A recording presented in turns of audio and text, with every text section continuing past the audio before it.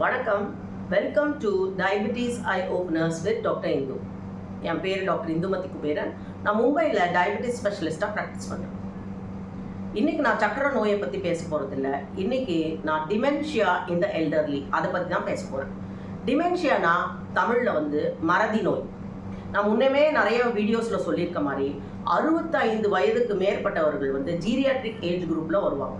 இவங்களுக்கு நடுத்தர வயசில் கொடுக்க வேண்டிய மருந்தெல்லாம் இவங்களுக்கு செட் ஆகாது. இவங்களுக்குன்னு ஸ்பெஷலைஸ் ட்ரீட்மெண்ட் இருக்குது, ஸ்பெஷலைஸ் டயக்னோசிஸ் இருக்குது. இவங்களுக்குன்னு இந்த ஸ்பெஷாலிட்டியே இப்போ ரொம்ப வளர்ந்து வருது. ஜீரியாட்ரிக்ஸ் இந்த ஸ்பெஷாலிட்டி இப்போ ரொம்ப வளர்ந்து வருது. அதனால் உங்கள் வீட்டில் 65 வயதுக்கு மேற்பட்டவர்களை ஜீரியாட்ரிஷியன் காட்டுறது தான் நல்லாயிருக்கும். அவங்க தான் கரெக்டாக அந்த நோயை கண்டுபிடிப்பாங்க.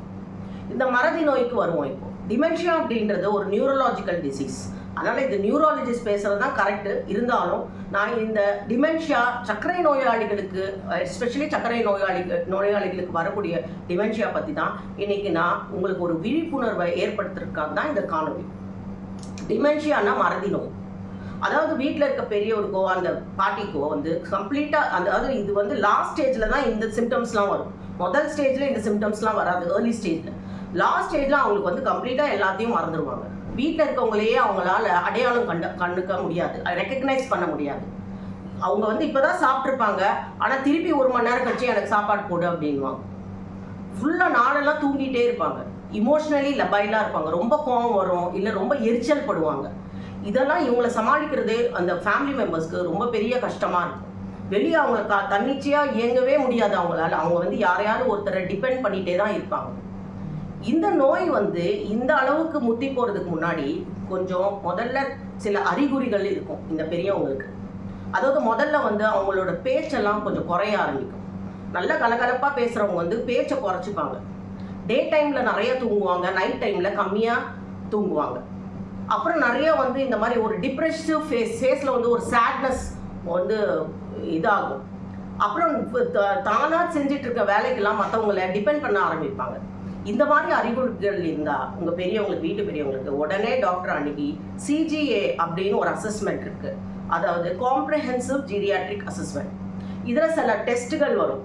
அந்த டெஸ்ட்டை பண்ணாலே இந்த பெரியவருக்கு டிமென்ஷியாக்கான அறிகுறிகள் இருக்கா இல்லையா, இவருக்கு போக போக டிமென்ஷியா வேகமாயிட்டே, அதாவது மோசமாயிட்டே போகுமா இல்லையா அப்படின்றத இந்த சிஜிஏ வச்சு நம்ம கண்டுபிடிக்கலாம். ஆனால் இப்போ நான் ஆஸ் அ டயபெட்டாலஜிஸ்ட் நான் என்ன சொல்ல விரும்புகிறேன்னா, எல்லாருக்குமே இந்த டிமென்ஷியா நோய் வராது. சில பெரியவங்க இதை தடுக்கிற முயற்சியில் ரொம்ப ஈடுபடுவாங்க. அதாவது உங்களோட சர்க்கரை அளவை கட்டுக்கோப்பாக வச்சுக்கோங்க, கட்டுக்குள்ளே வச்சுக்கோங்க, ரேஞ்சுக்குள்ளே வச்சுக்கோங்க. பிளட் ப்ரெஷரை ரேஞ்சுக்குள்ளே வச்சுக்கோங்க, நல்ல கண்ட்ரோலில் வச்சுக்கோங்க. லிப்பிட்ஸ், உங்கள் கொலஸ்ட்ராலை நல்ல கண்ட்ரோலில் வச்சுக்கோங்க. 4வது இம்பார்ட்டன்ட் நல்ல தினமும் ஈவினிங், மார்னிங் அந்த மாதிரி ஏதாவது ஒரு உடற்பயிற்சியை செய்யணும். வயசாகிடுச்சு, நம்ம ரிட்டையர் ஆகிட்டோம், நல்லா ரெஸ்ட் எடுத்துகிட்டு ஃபேஸ்புக்கு, யூடியூப் இப்படி என்ஜாய் பண்ணலான்னு இல்லாமல் வெளியே போய் ரெகுலராக வாக்கிங் பண்ணணும். இல்லை ஏதோ ஒரு எக்ஸசைஸ், உடற்பயிற்சி உடம்புக்கு ரொம்ப தேவை. வெயிலில் போய் ஒரு 10-15 நிமிஷம் காலையில் இளம் வெயிலில் போய் உட்காரணும் கண்டிப்பாக. அப்புறம் அவங்களோட சீனியர் சிட்டிசன் குரூப், உங்களோட ஏஜ் குரூப்பான ஆட்கள் கூட வாட்ஸ்அப் குரூப்லேயோ இல்லை நேரடியாகவோ போய் நல்லா சோஷியலைசிங் பண்ணணும்.